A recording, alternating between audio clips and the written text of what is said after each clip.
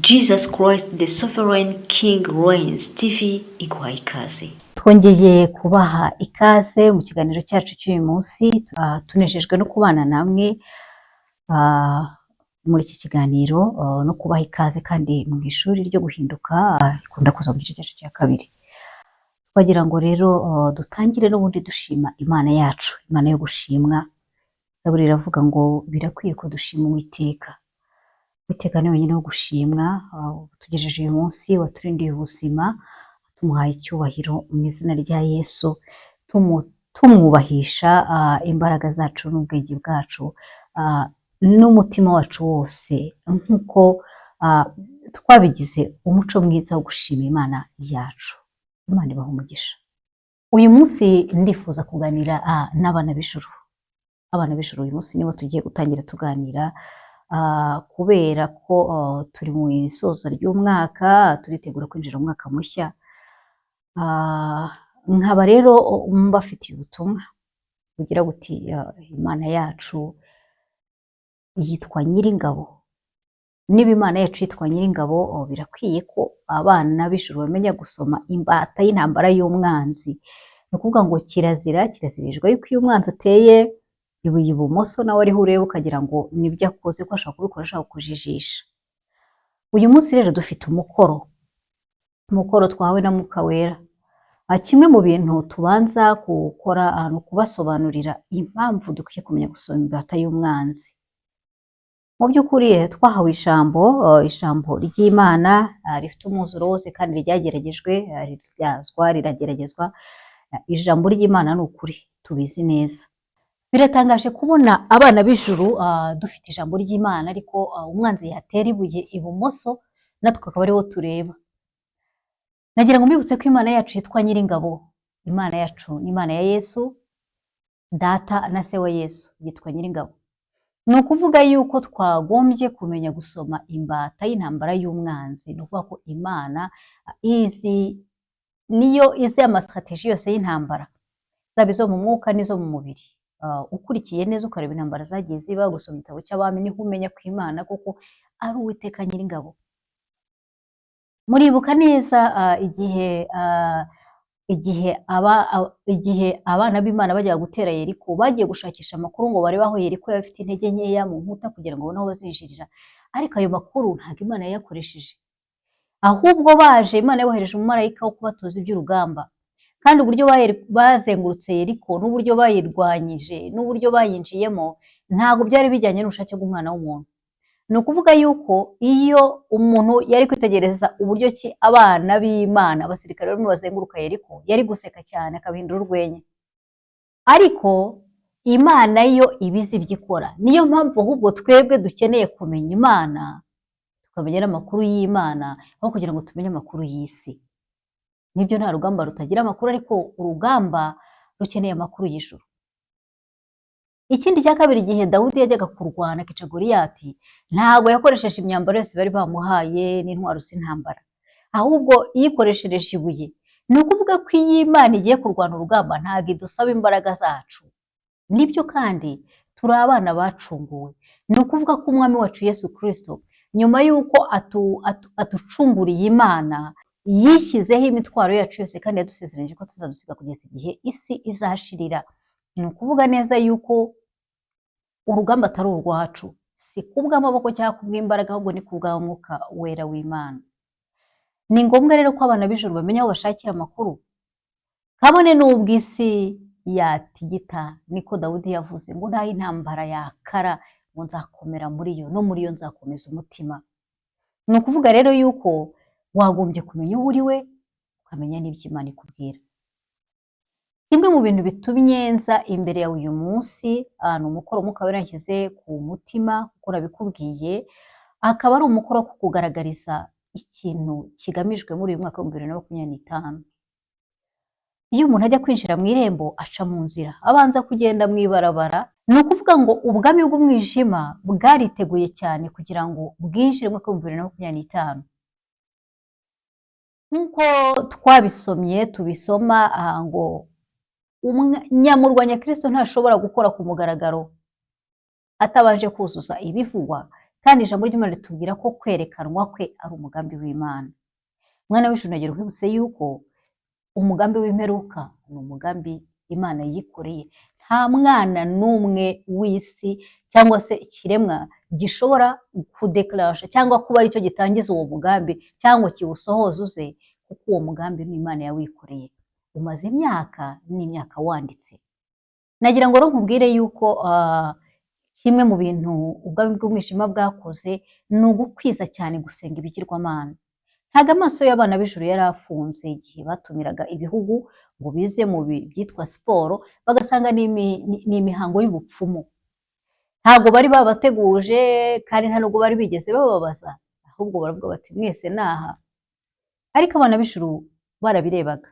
Ntabwo abana b'ijuru amaso yabo yafunze ngo yibagirwe ibimenyetso bafata bagashyira mpande eshatu ku maso, ubundi bagafunga ijisho rimwe, bagashyiraho urutoki ku munwa ngo ceceka. Ibyo ni ibintu bikorwa n'abana isi yahaye agaciro kugira ngo berekane ibimenyetso by'uko bari mu mikorere. Ibyo byose biba kugira ngo abana b'ijuru barebe aho utaguye kureba kandi bagire ngo ibyo bintu ni iby'ukuri. Kimwe mu bintu byabaye rero byatangaje cyane ni ingendo zakozwe n'abihaye Imana bakomeye, barimo umukuru wa Kiliziya Gatolika wagiye ahantu hari ibigirwamana by'ubwoko bwose no gusinya amasezerano no gushyira abantu hamwe. Yibagirwa ko plan y'imperuka na plan yo gukora ndetse kwa Antikristo ari plan Imana yikoreye, iteganya kuzamuhishura igihe cyayo nikigera. Nk'uko umwami wacu Yesu Kristo ari umurinzi w'iteka n'iteka, natwe ijambo rya Data turi abarinzi baryo. Ntabwo umuntu ashobora kurimanipira uko abonye ngo tubyihorere. Reka nkwereke bimwe mu bintu umuyobozi wa Kiliziya Gatolika yakoze bitandukanye cyane n'ijambo ry'Imana, kuko atigeze ahisha uwo ari we. Kimwe mu bintu yavuze, yagize ati umusaraba ni ugutsindwa kwa Kristo. Ati ni ugutsindwa mu buryo bw'abantu.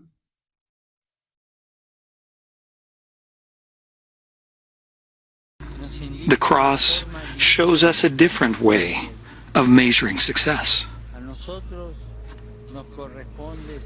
Ours is to plant the seeds. God sees to the fruits of our labors.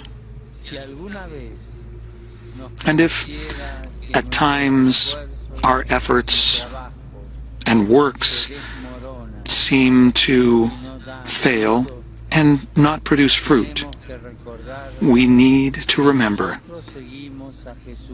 that we are followers of Jesus Christ, and his life, humanly speaking, ended in failure, the failure of the cross.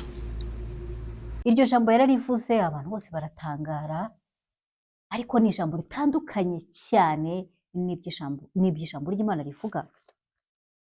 Mu Bakolosayi ibice bibiri umurongo wa 14 n'uwa 15 haranditse hati, igahanagura urwandiko rw'imihango rwaturegaga, ikarudukuzaho kurubamba ku musaraba, kandi imaze kunyaga abatware n'abafite ubushobozi ibahemura ku mugaragaro ibivuga hejuru kubw'umusaraba. Mu gihe ijambo ry'Imana ritubwira ko umusaraba ari gutsinda kwacu, umuyobozi wa Kiliziya Gatolika yahamije yuko umusaraba ari ugutsindwa, ubivuze mu buryo bw'abantu. Ntabwo ari ibyo gusa, yanageze ahavuga ko umuntu ari mwiza mu buryo yavuze ngo fondamentalement, urebye uburyo umwana w'umuntu ateye ni mwiza, mu gihe ijambo ry'Imana ritubwira ngo umutima w'umwana w'umuntu ngo ni mubi ngurusha ibintu byose gushukana, ngo kandi iyo ndwara ntabwo uyikira. Hari n'ibyagiye bigaragara byo gusenga ibigirwamana mu buryo butandukanye, kujya kwifatanya n'abasenga ibigirwamana ndetse no kuvuguruza ijambo Yesu yavuze ngo ni jye nzira n'ukuri n'ubugingo, ntawe ujya kwa Data ntamujyanye. Ni ukuvuga ko igihe Yesu yavugaga gutyo yarahamije ko nta yindi nzira ibaho, ariko umushumba wa Kiliziya Gatolika yariyemeje aratangaza ati inzira zose zigera ku Mana.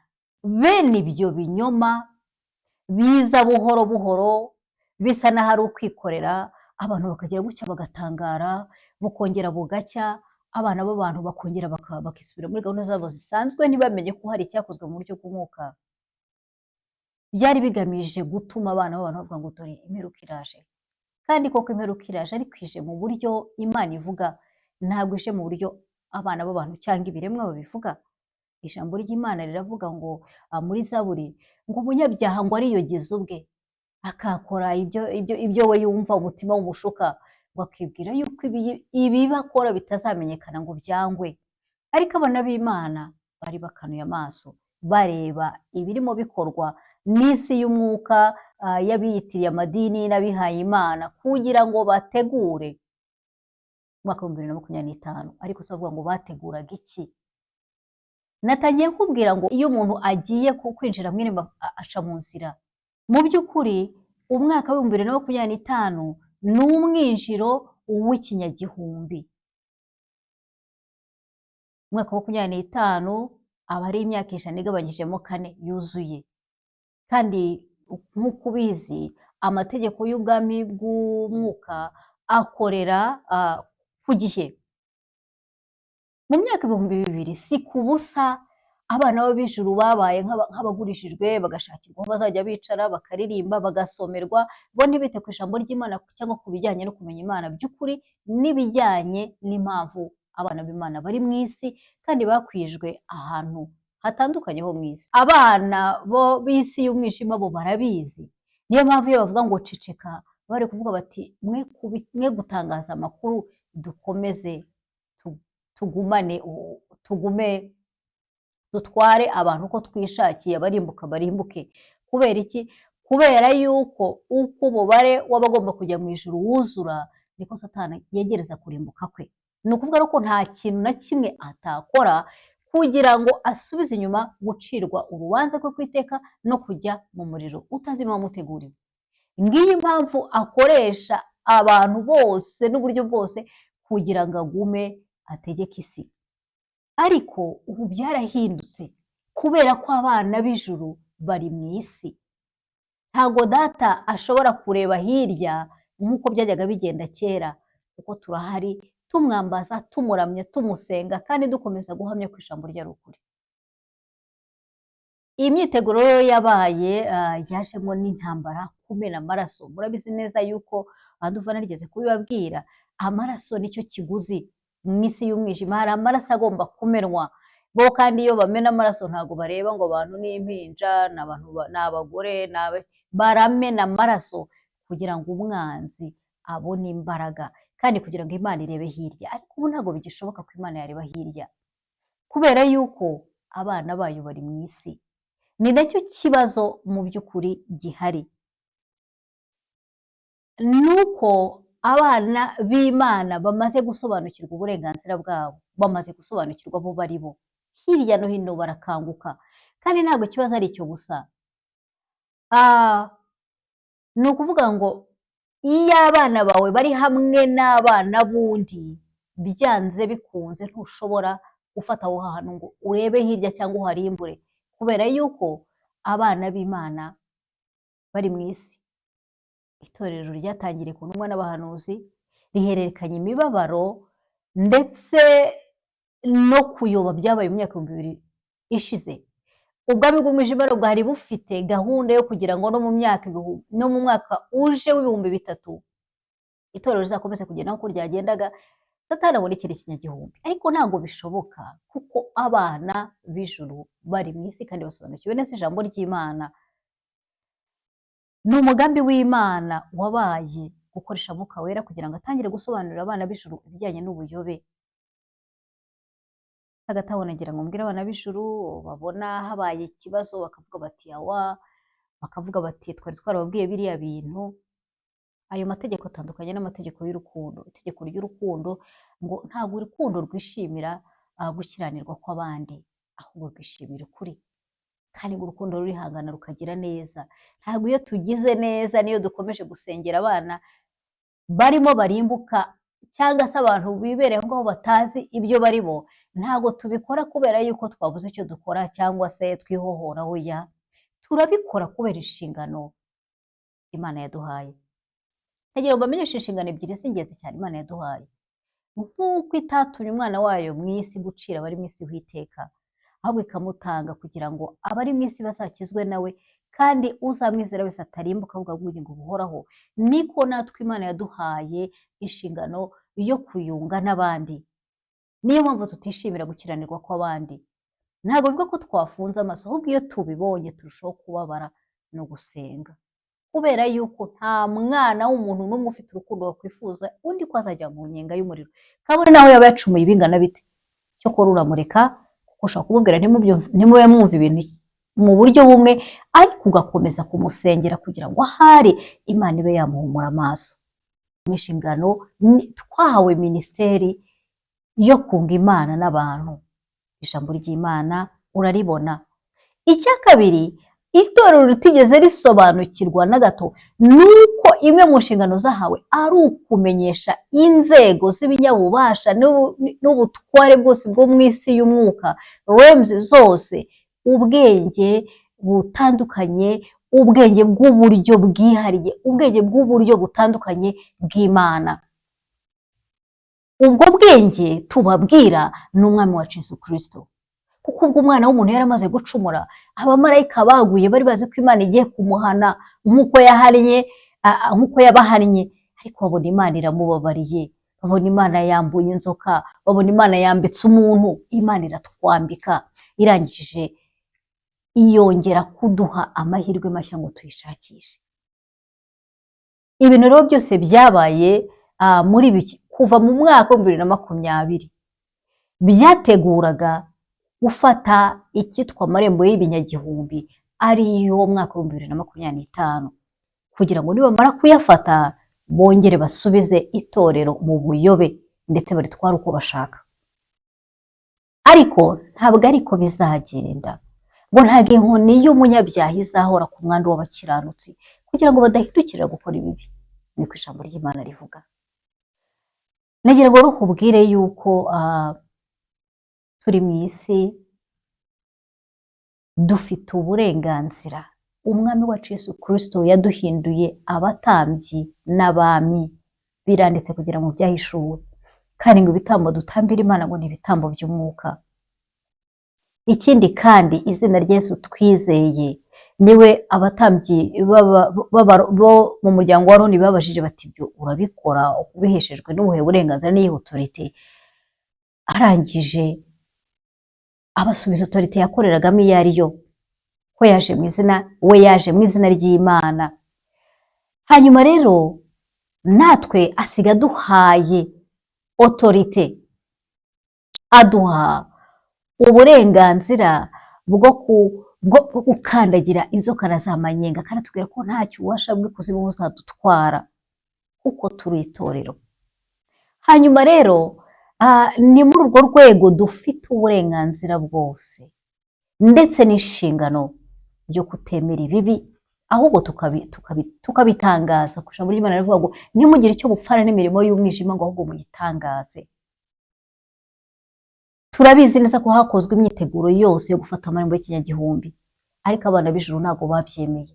Ntabwo amarembo y'ikinyagihumbi azongera gufatwa n'abana b'umwijima, nubwo bagerageje kuhinjiza amaraso, ibitambo by'abantu batandukanye bo ku isi aho bateza intambara. Twebwe dufite uburenganzira n'ubushobozi mu izina rya Yesu Kristo bwo kuhinjizwa n'amaraso ya Yesu tugafata ayo marembo. Muri urwo rwego rero hari ibintu njya gukora nkababwira ngo ndabikora mpagaze. Ni muri urwo rwego rero tuvuga twizeye, twinjijwe n'amaraso ya Yesu mu mwaka wa 2025, dufasha ayo marembo nk'itorero, tuyashyizeho amaraso ya Yesu, kandi twatuye ko imbaraga z'umwijima zitazagenza nk'uko zagejeje mu 2000 mu myaka 2000 ishize. Twatuye ko ayo marembo azagengwa n'umwami wacu Yesu Kristo, we uzapfundura ibimenyetso bijyanye n'imperuka. Ayo marembo nk'abana b'abantu bagaragiye umwana w'umuntu n'ingingo z'itorero, tuyatwikirije amaraso ya Yesu, kandi tuyashyizeho ikimenyetso cya ntama kitabasha gufungurwa n'undi wese kereka umwami wacu Yesu Kristo. Amezi yawo yose uko ari 12 mu buryo bw'abantu tuyatwikirije amaraso ya Yesu, tuvuga yuko umwami wacu Yesu Kristo Imana yeguriye byose kandi ikamugira umuyobozi w'ubutware bwose, ari we uzagenga uwo mwaka ukagenda uko abishaka. Ndetse ntabwo ari ibyo gusa, uhereye muri uwo mwaka ukazajya mu mwaka wa 2030 nabwo tuwutwikirije amaraso ya Yesu, tuhashyize ikimenyetso cy'amaraso ya ntama nk'itorero, ko imbaraga z'umwijima zidashobora gukora ibyo zishaka byose uko zishakiye. Aho hantu naho tuhashyize ikimenyetso cya ntama, kandi twatuye ko ikizakorwa muri ibyo ari cyo Umwami wacu Yesu Kristo azashaka gusa. Twebwe nk'itorero turi mu gihe cy'isarura, kandi ntabwo dushyigikiye ko abantu bose barimbuka. Umwami wacu Yesu Kristo dusaba ubufasha, azadushoboza kandi azatwunganira. Ndetse ibi ngibi twabitangiye ituro kugira ngo twereke Imana yacu uburyo ki dukomeye ku murimo wayo n'ubwami bwa Yesu Kristo ari ryo rembo ry'ubwami bw'ijuru. Ijambo ry'Imana rivuga ngo birakwiye ko abanza gutegeka byose kugira ngo namara kubyiyegurira, ngo abyegurire Imana byose bishyire munsi y'ubutware bwayo mu bwami bwayo, nawe yiyegurira Imana. Iyo ajenda niyo izakomeza gukurikizwa, ntabwo ari kubw'amaboko cyangwa kubw'imbaraga, ahubwo twebwe nk'abana b'ijuru icyo dukora ni ugusenga, kandi ntabwo tuzabifasha hasi. Imana iha umugisha kandi itera inkunga itorero ryayo ku isi yose. Natwe nk'abana b'ijuru turabahamagaye ngo murakaza neza mu bwami bw'ijuru, murakaza neza mu bwami bwa Yesu. Tukomeje kubahamagara ngo muze, kuko isi nta handi igana usibye kurimbuka. Kandi nubwo abana b'isi bashobora kugira imigambi itandukanye, ijambo ry'Imana muri Zaburi zitangira haravuga ngo Imana irabareba ikabaseka. Bana b'ijuru, murabizi neza ko kugira ngo ikintu kibe uburyo bubiri, ibigaragara byavuye mu bitagaragara. Ni ukuvuga ko bitagaragara bibanziriza ibigaragara. Ni ukuvuga rero yuko ikintu kigomba kubanza kubaho mu isi y'umwuka kugira ngo gisohozwe mu isi igaragara, mu isi y'abariho. Ni muri urwo rwego rero natwe isengesho twaribanje mu isi y'umwuka, kandi tukaba tuvuga twizeye neza yuko ibyo dusaba Imana ibiduha mu izina rya Yesu, kandi dutera inkunga yose yo gusarurira ijuru. Turahamagarira abana bose bo mu isi, muze mu bwami bwa Yesu, aho Imana yadutabaye ikadushyira, aho icyo ukoze kibyara icyo wasezeranyijwe. Muze mu bwami bwa Yesu burangwa no gukiranuka. Ntabwo iyo tubabwiye ubwami bwa Yesu tubabwira ubwami bw'imyaka 1000, oya, ntabwo buragera. Twebwe nk'abana b'ijuru turi umusogongero, turi kurangira kw'inyubako, kubera yuko yatangiriye ku ntumwa n'abahanuzi, ariyo ntangiriro, ariyo fondasiyo, ariko itorero ryagiye rizamuka ryubakwa kugeza aho rigeze mu musozo, ririmo rirasorezerwa n'Umwami wacu Yesu Kristo. Ni muri urwo rwego rero twebwe turi umusogongero kubabwira ngo bibaho. Ibi ngibi by'ubwami bw'imyaka 1000 buzaza nyuma y'imyaka 7 izagwanya mu rwanya Kristo, ubwo ni igihe cyihariye aho Umwami wacu Yesu Kristo azaba aje kwima ku isi kugira ngo yiyegurire byose, kandi nk'uko ijambo ry'Imana ribivuga, avaneho byose bitajyanye n'ubwami bw'Imana. Naho twebwe turi umusogongero, turaba kubabwira ngo birashoboka. Tumeze nk'imbuto zo mwima mbere, turimo turababwira ngo birashoboka. Ubwami bwa Yesu Kristo buriho kandi burakora. Igihe ryabuye Daniyeli yabonye ryagwaga, ryabanje ari rito, ariko ritangije rikwira isi yose. Gukwira isi yose rero icyo gihe Umwami Yesu azaba ahari, aje gutabara ubwoko bw'Imana, umwana w'imfura Imana yivaniye mu Egiputa. Ariko twe turahari mu itorero. Imana ibaha umugisha. Dukomeze gusenga, dukomeze gusarura, dukomeze guhamagara, ngo umwuka n'umugeni barahamagara bati ngwino, natwe nituba tubyumvise tuvuge ngo ngwino. Hanyuma rero ikindi nagira ngo mbabwire bana b'ijuru, ndifuza kuvuga ku kintu cyitwa ordre nshya y'isi.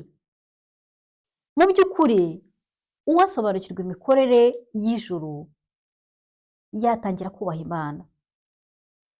Ordre nshya yavuzwe y'isi izaba mu myaka, izamara igihe cy'imyaka nk'uko bivugwa n'ababihishuriwe n'Umwuka Wera, n'igihe cy'imyaka 7. Ariko imibereho mishya mu by'ukuri ibarizwa mu byahishuwe igice cya 21. iragira iti umurongo waho wa gatatu ngo numva ijwi rirenga rivuye kuri ya ntebe rivuga riti dore ihema ry'Imana riri hamwe n'abantu kandi izaturana nabo, nabo bazaba abantu bayo kandi Imana ubwayo izabana nabo iba Imana yabo, izahanagura amarira yose ku maso yabo kandi urupfu ntiruzabaho ukundi kandi umuborogo cyangwa gutaka cyangwa kuribwa ntibizabaho ukundi kuko ibya mbere bizaba bishize. Bana b'abantu musome muri Bibiliya y'Icyongereza murasanga handitse rwose ko ordre ishaje izaba ivuyeho. Iyi niyo ordre nshya, iyi niyo ordre nshya. Mwikwibeshya kubera yuko Imana ifite gahunda yo kurimbura isi ni ikiremwa cyayo, usibye nayo naho yicaye. Ijambo ry'Imana ritubwira ko ari ijuru ari n'isi byose bizakongorwa n'umuriro, kugira ngo Imana ishyireho ubwami bwayo bushya buzaba bufite umurwa ari wo Yerusalemu nshya. Ni ukuvuga rero ko imperuka ndetse usibye n'imperuka no kurimbuka kw'isi ni umugambi w'Imana. Nta mwana w'umuntu ushobora kubibuza cyangwa ngo bijyane kuri ritime ye ku muvuduko yishakiye, kubera yuko abana b'isi, abana b'umwijima babaye nk'abashyiramo speed governor kwihutisha ibijyanye n'imperuka kugira ngo babwire abana b'ijuru cyangwa se abari mu isi badasobanukiwe yuko aribo bagenga ibyo bintu. Ntabwo ariko bimeze. Nimuze mu bwami bwa Yesu, nimwihane ibyaha mubabarirwe, mwiguma mu gukiranirwa. Ntabwo abana b'ijuru bishimiye gukiranirwa kwanyu, nta nubwo kandi twishimiye ubuyobe. Turashaka kubona umwanya wo kuba imbere ya Mwuka Wera kugira ngo dukorere Imana yacu ntacyo twishisha. Ni isezerano ryacu Imana yatangiye mu kanwa ka Zakariya ngo namara kudukiza abanzi bacu ngo azaduha gukorera Imana yacu ntacyo twishisha. Murakaza neza mu bwami bwa Yesu, ubwami bw'ituze n'amahoro, ubwami bw'umucyo, ubwami bw'ukuri, ubwami butarimo urupfu no kurimbuka, kuko umwami wacu Yesu Kristo azabikuraho byose. Kandi turarwana duhereye mu ntsinzi. Umwami wacu Yesu Kristo yaturonkeye Golgotha ku musaraba, ndetse n'igihe yajyaga ikuzimu akazamuka. Ntabwo turwanira intsinzi kuko umwami wacu Yesu yarangije kwitubonera, ahubwo twebwe duharanira kwishyikira. Bana b'ijuru mukanguke, namwe bana b'isi mumeze nk'abameze gutya, ntabwo ariko bizahora. Nimukanguke kugira ngo mukize ubugingo bwanyu butarimbuka. Imana ibahe umugisha.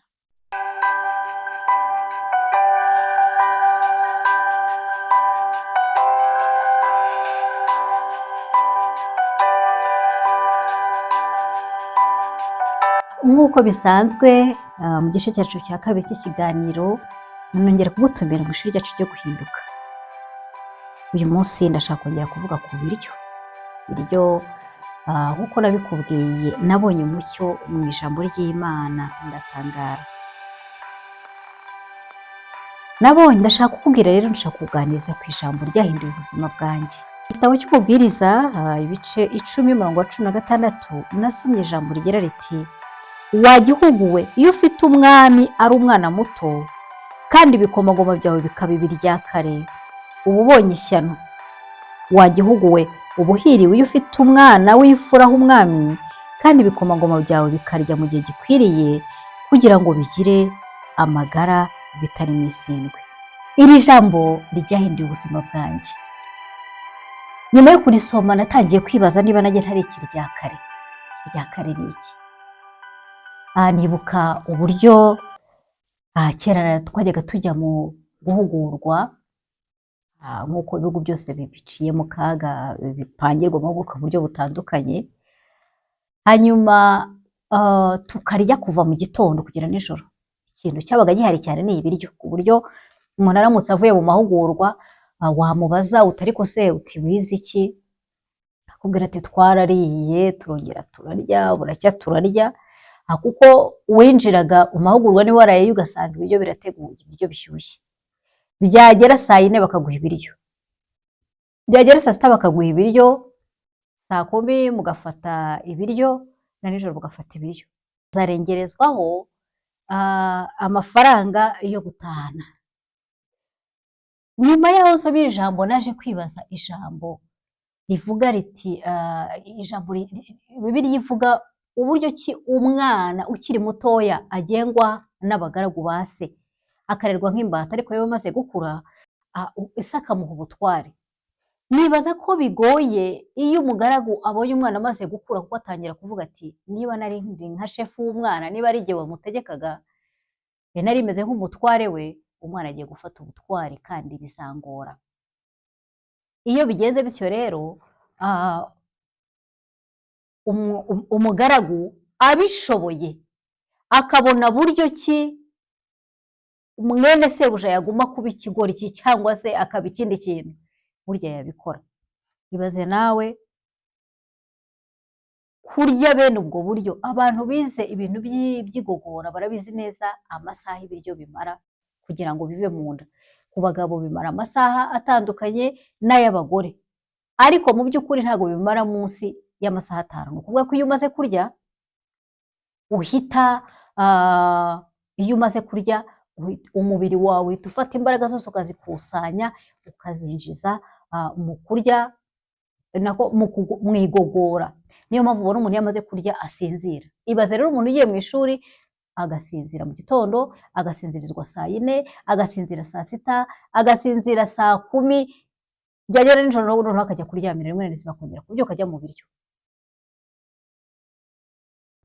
nyuma yo kubitekerezaho naje kuvugana ariko ninde wapangiye abantu koko urwango rungana gutya si ibyo gusa batwigisha yuko mu gitondo tugomba kurya nk'abami saa 6 tukarya nk'ibikomangoma nijoro tukarya nk'abakene mu gihe nyamara abantu bazi ubwenge nabiboneye ku bantu bagira ekipaje zo mu nyanja barya nijoro kuko nijoro nibwo umubiri uba ugiye gusinzira barya hakiri kare kugira ngo umubiri ubanze ugogore bya bintu bafite umwanya uhagije wo kuruhuka bitabatesha akazi nkuko nabikubwiye iri jambo ryatumye mpindura ubuzima nagaburiye abanyeshuri bamwe nakubwiye ko mfite bambaye ibiryo bishyushye barambwira bati uraduhemukiye rwose uraduhemukiye mwari ubona uduha ibiryo bishyushye bahita batangira gusinzira nibuka ukuntu iyo tugiye kujya mu ngo batubwira ukuntu ugomba kubyuka uteka umugabo wawe rwose ukamurangiza ukabyuka umuha ibiryo bishyushye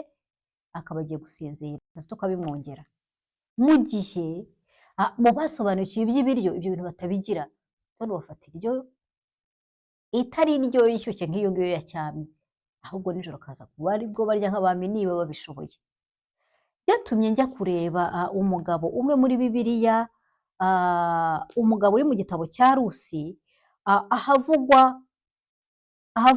umugabo w'umukire wari urimo witwaga Bowazi kugira ngo ndebe ukuntu abakire barya hanyuma ngiye gutangara asanga haranditse ngo nuko aramuhamagara amubwira ngo ufata umugati ngo ukoze mu isupu ndavuga nti ibi biryo birahagije ndetse nibwo umwe mu wacu Yesu igihe cyose yabazaga aravuga ati nta gice cy'ifi mufite ni ukuvuga ko ifi yabaga ihari iteguye ndetse n'umugati ibyo bikaba birabahagije uko niko naje guhindura ibyo kurya yaje kunyibutsa umubyeyi umwe inshuti yanjye hanyuma ajya kwa muganga atwite yagezeyo muganga aramubwira ati gabanya ibyo kurya madamu rwose urimo urongera ibiro vuba vuba cyane biraza kugutera umuvuduko kandi bizajya ingaruka ku mwana umubyeyi ati ariko ndatwite iyo umuntu atwite ararya aravuga ati ariko se ako kana koko kongera utugarama niko uri guha ayo masahani ibyo biryo byose ibyo bisahani byose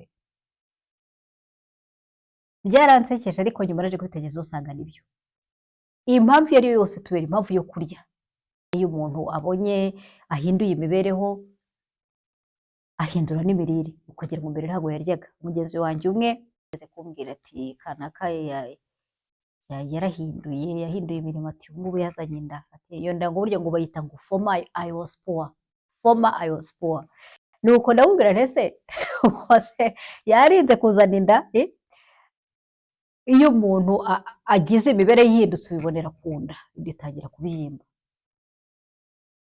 ibiryo ni kimwe mu bintu Bibiliya iha agaciro cyane ibivugaho cyane niyo mpamvu nanjye nkunda kubivugaho ni ukuvuga yuko ibiryo bishobora kutubera impamvu y'imibereho myiza cyangwa imibereho itari myiza ndetse bikatubera impamvu yo gusesagura cyangwa kugira ubukungu bufashwe neza nagira ngo ubwire rero yuko nyuma yo gusoma ayo magambo abiri y'ukuntu abakire barya ndetse n'ijambo ry'ukuntu umuntu ashobora kwitwikira irya kare nahinduye imibereho ntangira gutegura ifunguro ryoroheje kandi ridashobora gutuma umuntu asinzira kuko igihe cyose ufashe ifunguro risinziriza ifunguro rishyushye cyangwa se riremereye kandi umubiri utarikeneye muri ako kanya uba ukeneye gukoresha imbaraga zawo ngo ukore ibindi bintu. Ariko iyo ufashe ifunguro risanzwe ryoroheje cyangwa se ritoya kandi ritameze nko gutwikira umubiri, kurya ifunguro rishyushye ayo masaha ni nko kuba umubiri ikiringiti uti akira ifubike, kuko umubiri ugira gushyushya ibyo kurya ugasanga n'ubushyuhe wabihaye warangiza ugahita wigira gusinzira, akazi kawe kakaba karapfuye cyangwa niba ari ibyo wiga bikaba birapfuye. Ahubwo wagombye gushaka ikintu umubiri ufata ukabona imbaraga, ariko ntikibe ikintu kiwuremerera cyangwa kiwubera nk'ikiringiti kiwutwikiriye. Nyuma yo gusoma ibi bintu natangiye gufata nadose nanjye imirire y'uyu mugabo w'umukire, mfata umugati ukoze mu isupu, ibintu byoroheje kandi bituma umuntu abona imbaraga zo gukomeza gukora. Niho natangiye kubona uburyo ki ingo zacu zisubizwa inyuma, ubukungu bwazo busubizwa inyuma n'imyitwarire yacu.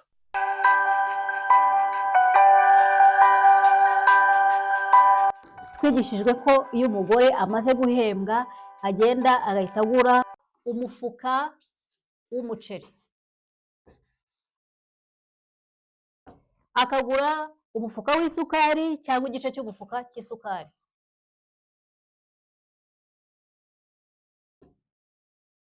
agahita agenda akagura ibintu bijyanye n'amafu, wenda se n'ifu y'ibigori cyangwa se n'ifu y'ubugari, agahita agura ikarito cyangwa igice cy'ikarito cy'amasabune, akagura bya bintu byose dukoresha muri sitoke abadamu tubiziranyeho. Nyuma yo gutekereza ibi bintu no kugabanya rya funguro, naje gusanga ijambo nakubwiye ubushize ari ukuri, ngo la médiocrité coûte cher, ubuzima bubi nibwo buhenda.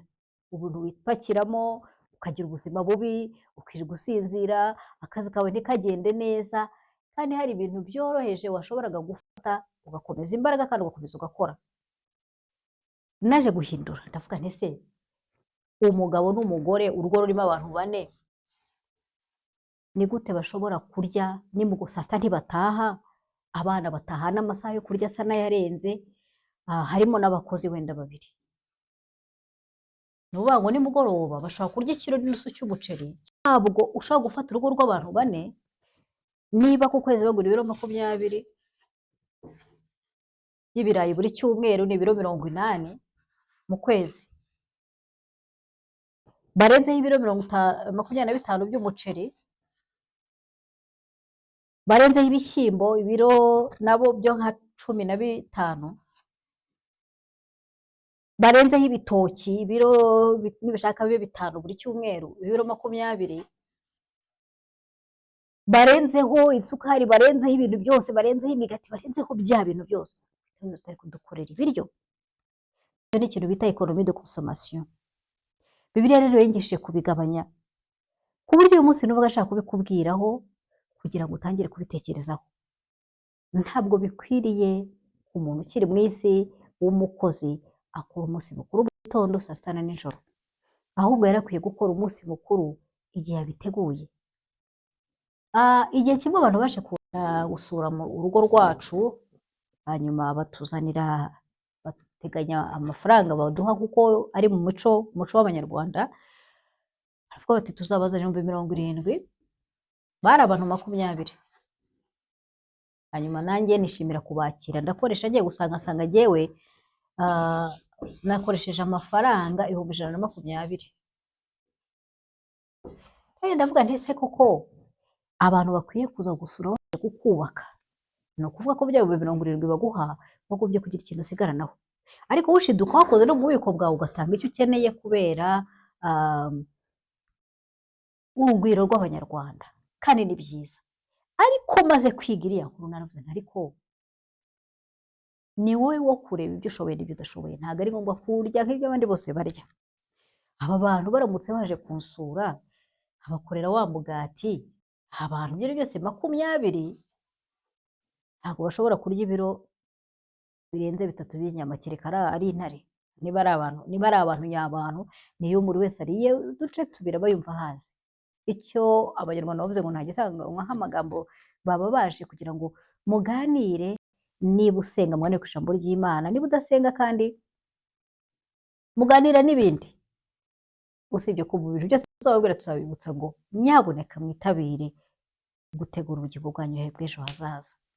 Hanyuma rero ndangije gutegura bya bintu nkurikije iyo porogaramu, nza gusanga ushobora gukora umunsi mukuru kandi mu buryo bwihariye. Amafaranga menshi ukoresha arenze ayo wahawe, wakabaye muri ibyo 70,000 ukoresha 35, kandi birashoboka bitewe n'ibyo uri buha abantu. Byatumye nk'uko urugo rwose rugomba kwiga kuri menu zarwo, rugomba kwiga ku byo rukoresha, mbyiga 35,000 nza kubigeraho. Nsanga 35,000 bishobora kwakira abantu 20 neza, bakabona ifunguro ryiza, bakanezerwa, bakarya bakishima, hanyuma ubundi 35 ukabisigarana nk'urwibutso, kuko buri mafaranga yose aciye mu ntoki zawe yagombye kugira ikintu agusigira. Ntabwo ugomba kujya mu bubiko bwawe ngo ujye gukuramo ibintu byo gukoresha umunsi umwe. Nimbona akanya nzaganira nawe ku kintu cyitwa kudapfusha ubusa ikintu cyose cyo mu rugo. Bya bikoresho byose twamaze gukoresha, byose bihari, byose bifite umumaro bigomba kumara. Imana nimpa uburyo tuzabivuganaho. Nkomeje kugusangiza ku buryo Umwami Yesu yafunguye amaso y'ubwonko bwanjye kugira ngo mbashe guhindura imibereho. Rero ndakubwira ngo tekereza, uzasanga nta rugo ruri mu Rwanda rushobora kurya ibiryo bingana gutya. Ahubwo ni ukwibaza, ese ibyo bintu birasesagurwa? Ese bisubira mu moteri tukajya gukorera ibindi? Ese hari abandi babisubiza ku isoko tugasubira kubigura? Buri wese yari akwiye kubitekerezaho.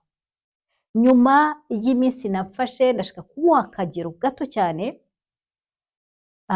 Iwacu twishyuraga amazi y'amafaranga 29,000, bitaba ibyo akaba 30 ku kwezi. Nzi neza ko ari ikibazo dusangiye twese.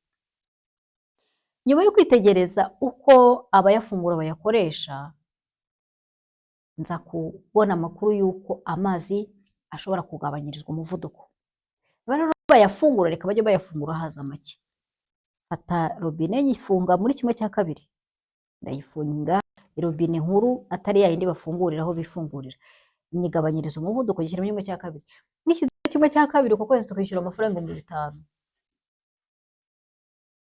Ni ukuvuga ko amafaranga 24 yasigaye yashoboraga kwishyura andi mezi, ashobora kugera mu mezi hafi 5. Utwo tuntu tugenda dutamo ubushobozi, nitwo dutuma tugira imibereho idatuma tubona umwanya wo kunezerwa impano Imana yaduhaye y'ubuzima. Kandi ntabwo ariyo gusa, no kunezerwa Imana yacu, no kubona umwanya wo kwita ku by'ubugingo, kuko usanga duhora turuha, tumeze nk'abakora dushyira mu mwuga. Iyi somo rero nguhaye ryo guhindura imibereho ku bijyanye n'imihahire yacu, no gutekereza utari ko ubu abana banjye nibo barya ibiro 80 by'ibirayi ku kwezi, bakarya agafuka k'umuceri kose, bakarya agafuka k'akawunga, bagashyiraho amakaroni, bagashyiraho ibitoki, bagashyiraho ibi biryo byose nitwe tubirya. Nubitekereza neza uzasanga ikiro n'inusu cyonyine ku mugoroba, kuko ariho muhura, uzasanga ari cyinshi kiguhagije, ugashyiraho n'uburisho. Nk'uko twabibabwiye, turi mu isi kugira ngo dutange umusanzu wacu. Uyu nawe ni umusanzu, ariko kubitekerezaho bijyanye n'imikoreshereze y'urugo rwawe. Ariko nubitekereza uzabona ubashije kubona ikintu ubasha kuzigama, kuko icyo wakazigamye cyose kijya aha hantu. Reka dusoreze aha ngaha ku bijyanye n'iri shuri ryo guhinduka, umwifurize kugira ibihe byiza no gukomeza gutekereza ku buzima bwawe nyuma y'ubu buzima, kubera ko nk'uko ubona urubuto rugiye mu gitaka rukazamuka, nawe umwuka wawe ntabwo ujya mu gitaka ngo usinzire, ariko umubiri ushobora gusinzira kugeza igihe Yesu azazira kudutwara. Nyamara umwuka n'ubugingo, nk'uko umubwiriza yabivuze, buri cyose gifite aho kijya. Turakwinginze, tekereza ku buzima bw'ejo hazaza. Turakwinginze, tekereza ku mpano Umwami wacu Yesu Kristo yatuzaniye yo kutumenera amaraso ntaribagirwa nagira ngo mvuge ku kintu cyitwa icyaha cy'inkomoko. Amadini amwe namwe akuze kuvuga bitari ukuri, nako idini rimwe rikuze kuvuga bitari ukuri. Umwami wacu Yesu Kristo ngo yaje gukuraho icyaha cy'isi, ngo kuva icyo gihe ngo Imana ntiyaba ikitubaraho icyaha. Ni ukuvuga ko twese twemererwa gusanga Imana ikaduhanaguraho ibyaha byacu, byaba ibyo twibuka n'ibyo tutibuka, ikaduhanaguza amaraso ya Yesu. Twongeye kubaha ikaze mu bwami bw'umwami wacu Yesu Kristo, ubwami bw'amahoro. Umwami wacu Yesu Kristo aza gushyigikira mu mirimo yawe yose n'inshingano zawe zose. Ntabwo azakureka ngo ube wenyine kugeza igihe isi izashirira, kugeza igihe uzarangiriza ubugingo bwawe, kugeza igihe uzarangiriza ubuzima bwawe Imana yaguteguriye kuri iyi si. Bizatuma uba uw'umumaro kandi ugira umumaro w'igihe kirambye muri ubu buzima ndetse no mu buzima buzaza. Imana ibahe umugisha. Mwari kumwe na Letitia, naho ubutaha.